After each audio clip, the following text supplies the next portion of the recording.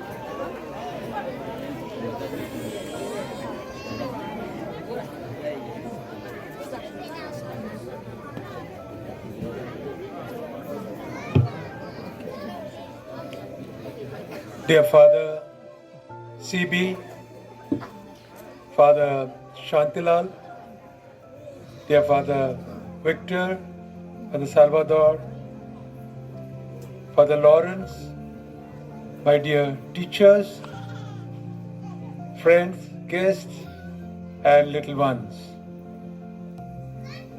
Let me tell you that these are the gems of our St. Xavier School, Umru Sitpur. We give them a big applause.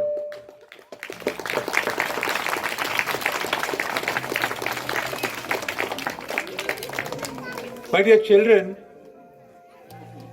you are really fortunate to study in St. Xavier School over here. It's quite far from Sitpur, but the training that is given to you is really wonderful, isn't it? You're enjoying your stay over here, right? Your studies? So many activities are being conducted over here. So many. I come here so often and I see you all doing one or the other activities. And then it was a great joy when our karate master has also helped our children to even go to the state level. And so there's a small little school in one little place over here far away from Sitpur, but these children are doing excellently well. My dear friends, we should give them a big clap because they're doing a wonderful performance.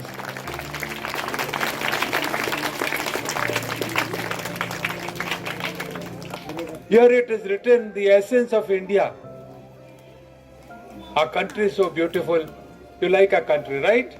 Yes. Say yes. Yes. There you are. Our country is so beautiful.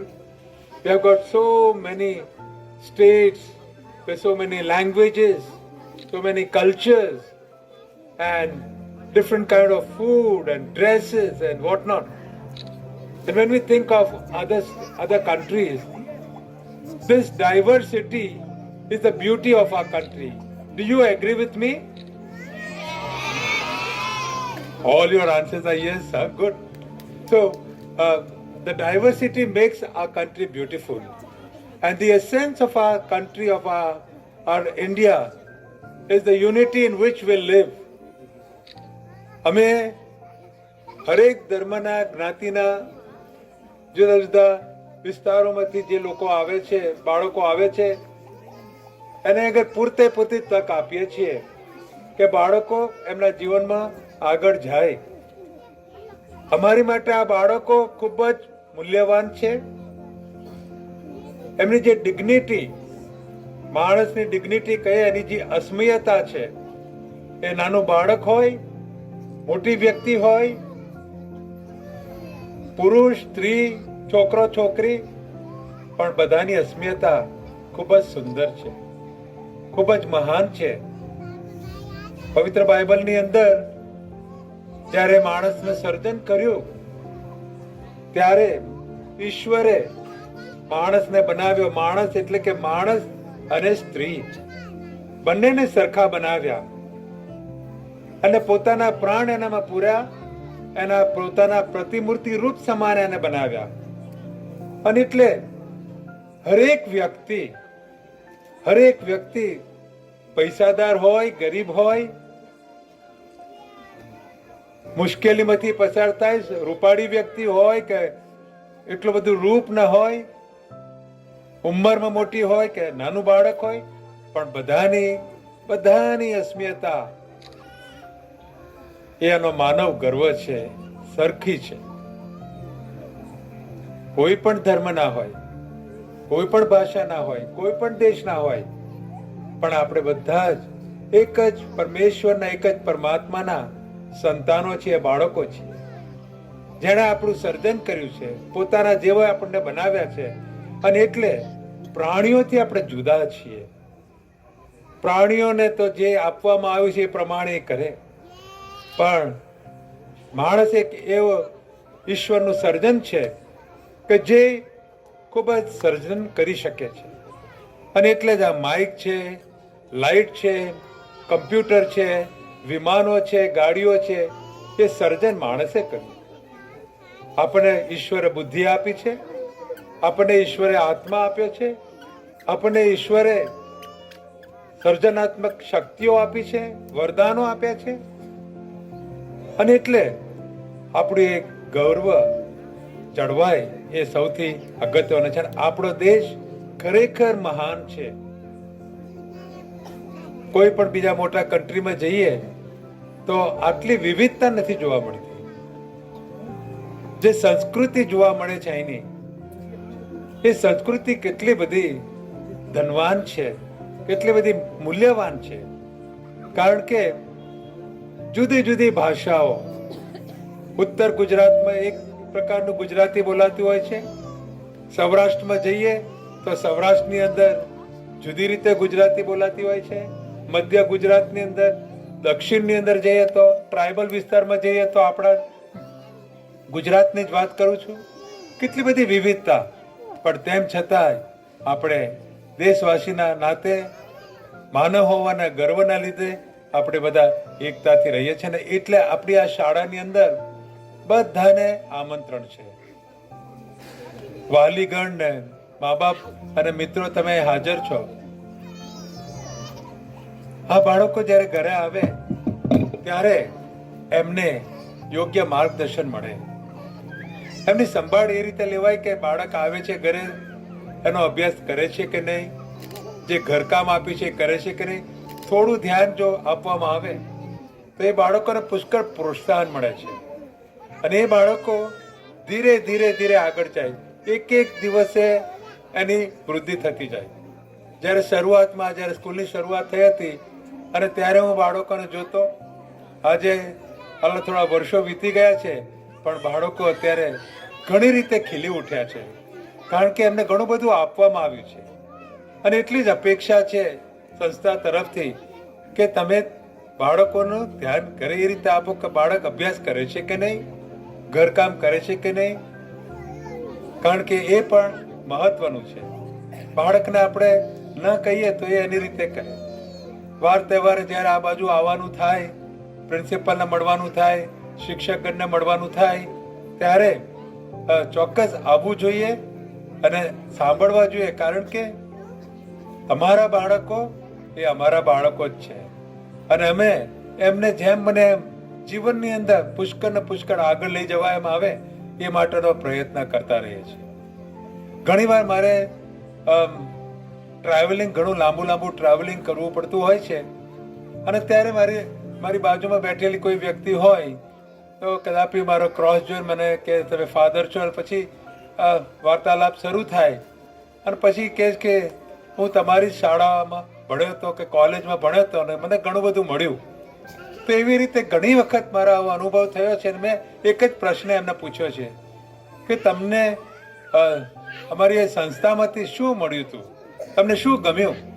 તો કે જે રીતે એમને discipline આપવામાં આવે છે, જે રીતે એમને સંસ્કારો આપવામાં આવે છે, જે રીતે એમને જીવનના મૂલ્યો આપવામાં આવે છે, એ અમારા કામના છે. ખૂબ જ મને ગર્વ થાય, કારણ કે હરેક કેથલિક સંસ્થા આ કાર્ય કરવા માટે તપ્તર છે કે ઘડતર થવું જોઈએ.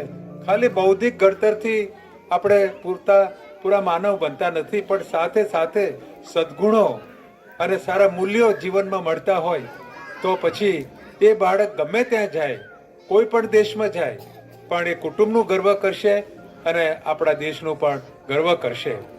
અને એટલે આપણી ગુજરાતની અંદર 200 ઉપરાંત ઘણી બધી શાળાઓ છે, કેથલિક સંસ્થાઓ ચાલી રહી છે.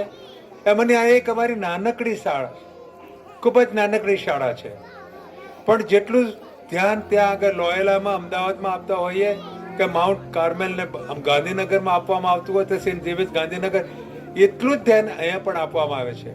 અને એટલે મારી તમને ખાસ નમ્ર વિનંતી છે કે બીજા બાળકોને પણ આપણી આ શાળાનો લાભ મળે એવી મારી તમને વિનંતી છે. બીજા બાળકોને તમે લાવો, મોકલો અહીંયા આગળ, અને અમારા હૃદય તો હંમેશા હર્ષથી એમને સ્વીકારવા તૈયાર છે અને એમનું ઘડતર કરવા માટે તૈયાર છે. નથી કોઈ પણ વસ્તુ જોવામાં આવતી કયા ધર્મમાંથી આવે છે કે કઈ જ્ઞાતિમાંથી આવે છે કે પૈસાદાર કે ગરીબ, પણ એનું ઘડતર કરવું એ અમારી જવાબદારી તરીકે અમે સમજીએ છીએ, જેથી કરીને આપણી જે વિવિધતાની અંદર જે આપણી એકતા છે એ જળવાઈ રહે અને આપણે આપણા દેશને, આપણા રાજ્યને પણ આગળ લઈ શકીએ.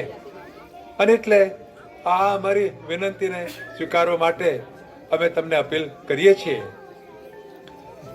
વિશેષમાં મારે આભાર માનવો છે અહીંના જે મેનેજર છે, ફાધર સીબી, જરા ઊભા થશો. એ મેનેજર છે કે જે શાળાના સંચાલક તરીકે કામ કરે છે. ફાધર શાંતિલાલ એ પ્રિન્સિપલ તરીકે ખૂબ જ ખંતીલા છે ને રાત દિવસ મહેનત કરે છે કઈ રીતે બાળકો આગળ જાય. ને અમારા શિક્ષક ગણ છે, એક શિક્ષક ગણ, એની અંદર કરાટે માસ્ટર ને બધા આવે છે. તે બધાને આપણે તાળીઓથી વધાવી લઈએ. Thank you very much dear teachers. You are the one who are working so hard to bring up our little kids. You are treating them like your own children, and I feel proud about you.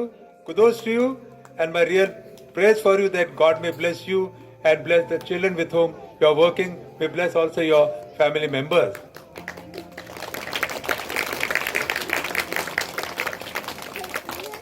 So, dear children, once again we'll meet again now. Whenever I come, I always find you full of joy, always find you very happy, fully active. You have to study hard. Will you? All have to answer together. Will you study hard? And will you take this country to greater heights? There you are. God bless you. Come up in your life, and we assure you all our support and our praise for you. Once again, we give them a big clap.